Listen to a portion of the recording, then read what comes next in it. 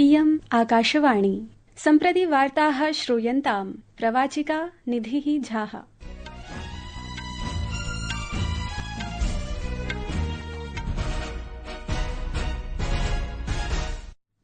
आदौ मुख्याः वार्ताः। प्रधानमन्त्री नरेन्द्र मोदी नीत्यायोगस्य उपवेशने प्रत्येकं राज्यम् आग्रहम् अकरोत् यत् वैश्विक मानकानामनुरूपं न्यूनातिन्यूनम् एकं पर्यटनस्थलं विकसिताय सर्वाणि आवश्यकानि सौविध्यानि आधारभूत संरचनाः च प्रदद्यात्।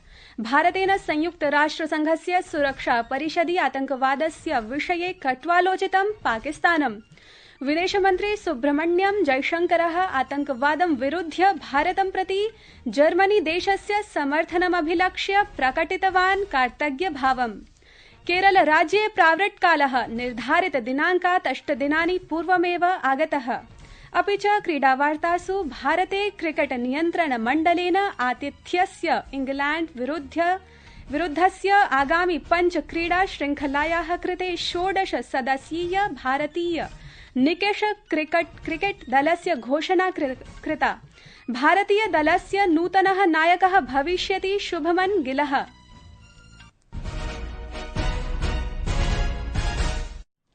अथ वार्ताः विस्तरेण। प्रधानमन्त्री नरेन्द्र मोदी प्रत्येकं राज्यम् आग्रहम् अकरोत् यत् वैश्विक मानकानामनुरूपं न्यूनातिन्यूनम् एकं पर्यटनस्थलं विकसिताय सर्वाणि आवश्यकानि सौविध्यानि आधारभूत संरचनाः च प्रदद्यात्।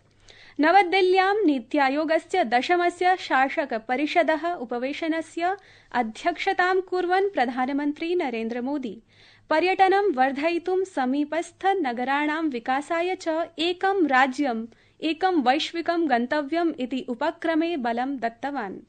द्रुतगत्या नगरीकरणं प्रकाशयन् सः विकासेन नवाचारेण स्थायित्वेन च प्रेरित भविष्याय सज्जितानां नगराणाम् आह्वानं कृतवान्।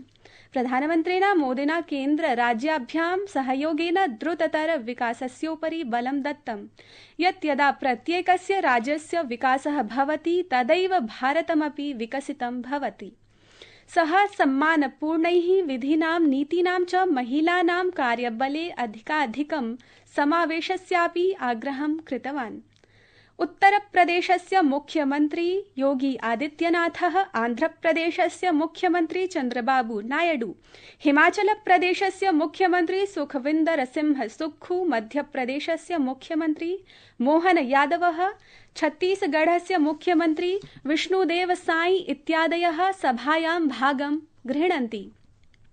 केन्द्रशासित प्रदेशानाम् उपराज्यपालाः, केन्द्रीयमन्त्रिणः, नीत्यायोगस्य उपाध्यक्षः, सदस्याः, मुख्य कार्यकारी चापि अस्मिन् सत्रे उपस्थिताः आसन्। अस्मिन् वर्षे शासक परिषदः उपवेशनस्य विषयः अस्ति 47-2000 विकसित भारताय विकसितं राज्यम्। कार्यसूचनायाः प्रमुखविषयेषु उद्यमशीलतायाः प्रवर्धनं, कौशल संवर्धनं, स्थायि वृत्त्यावसराणां जननं च अन्तर्भवति। एषः उपक्रमः राज्येभ्यः आग्रहं करोति यत् ते राष्ट्रिय लक्ष्यैः, समयबद्ध लक्ष्यैः च सह संगतं, साहसिकं, समावेशी, दीर्घकालिक दृष्ट्या प्रतिवेदनानां रूपरेखायाः निर्माणं कुर्वन्तु। भारतेन संयुक्तराष्ट्रसंघस्य सुरक्षा परिषदि आतंकवादस्य विषये पाकिस्तानं कट्वालोचितं, यतः भारतं बहुभ्यः वर्षेभ्यः पाकिस्तान प्रायोजितातंकवादम् आक्रमणं च सम्मुखीकरोति इति। संयुक्तराष्ट्रे भारतस्य स्थायी प्रतिनिधिः पर्वतमेनी हरीशः सशस्त्र संघर्षेषु नागरिकाणां सुरक्षा विषये एकस्मिन् मुक्तवादविवादे एतत् अवोचत्। सः अवदत् यत् पाकिस्तान देशः भयोत्पादनम्, आतंकवादं मुहुर्मुहुः प्रवर्धयति। श्री हरीशः अवोचत् यत् सद्यः एव सिन्दूराभियाने मृतानां कुख्यातानां भयोत्पादकानां आततायिनाम् अन्त्येष्टि संस्कारे पाकिस्तानस्य वरिष्ठाः सर्वकारीय कार्यकर्तारः, आरक्षकाः, सैन्यबलस्य अधिकारिणः च भागं गृहीतवन्तः। Pakistan has repeatedly used a civilian cover to advance the cause of terrorism. We just recently saw senior government, police and military officials pay respects at the funeral of noted terrorists targeted by Operation Sindoor. A nation that makes no distinction between terrorists and civilians has no credentials to speak about protecting civilians. संस्कृतवार्तायाः संस्करणमिदम् इदानीम् आकाशवाणीतः प्रसार्यते। सममेव अयं कार्यक्रमः आकाशवाण्याः अन्तर्जालपटले www.newsonair.gov.in इत्यत्र अथ news on AIR चलदूरभाषीय तन्त्रांशे अपि उपलब्धो भविष्यति। विदेशमन्त्री सुब्रह्मण्यम जयशंकरः आतंकवादं विरुध्य भारतं प्रति जर्मनी देशस्य समर्थनमभिलक्ष्य कृतज्ञतां प्रकटितवान्।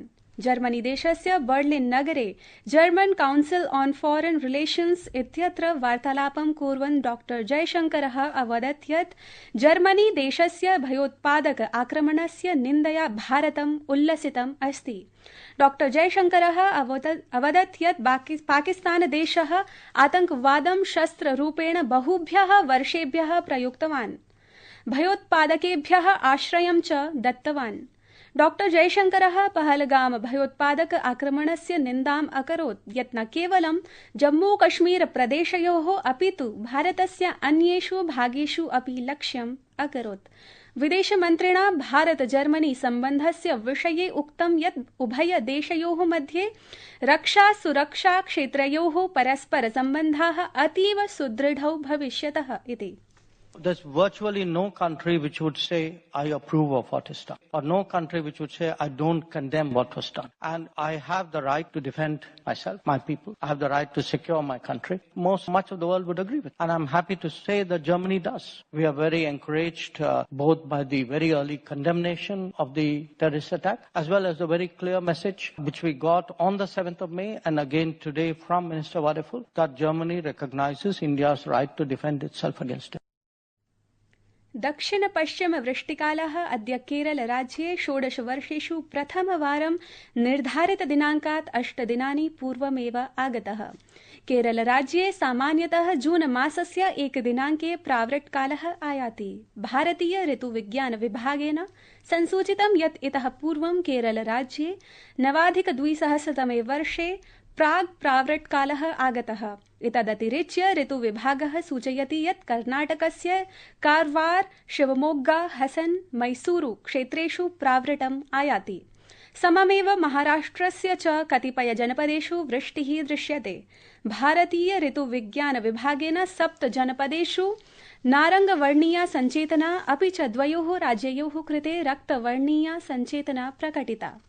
बैडमिण्टन क्रीडायां शीर्ष भारतीय क्रीडकः किदम्बी श्रीकान्तः अद्य जापानस्य यूशी तनाका इत्यस्मै पराजित्य मलेशिया मास्टर्स क्रीडायाः पुरुष एकल अन्तिम क्रीडायां प्रविष्टवान्। 21,200तमे वर्षे वैश्विक चैम्पियनशिप्स क्रीडायां रजत पदक विजेता 32 वयोवर्षीयः क्रीडकः उपान्त्यचक्रीय क्रीडायां 21-18, 24-22 इत्यङ्कान्तरालेन विजयं प्राप्तवान्। भारते क्रिकेट नियन्त्रण मण्डलेन आतिथ्यस्य इंग्लैंड विरुद्धस्य आगामी 5 क्रीडा श्रृंखलायाः कृते 16 सदस्यीय भारतीय निकष क्रिकेट दलस्य घोषणा कृता, यत् जून मासस्य 20 दिनाङ्कात् आरभ्यते। भारतीय दलस्य नूतनः निकष दल नायकत्वेन शुभमन गिलः, दलस्य उपनायकत्वेन ऋषभ पन्तः चयनितौ। भारतस्य कृते नवयुगस्य आरम्भः भविष्यति, यत्र विराट कोहली, रोहित शर्मयोः निकष निवृत्तिः अभवत्।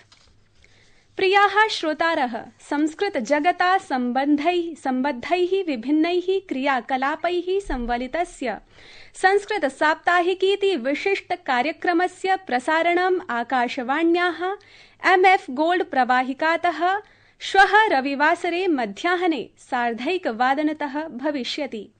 कृपया शृण्वन्तु इति वार्ताः।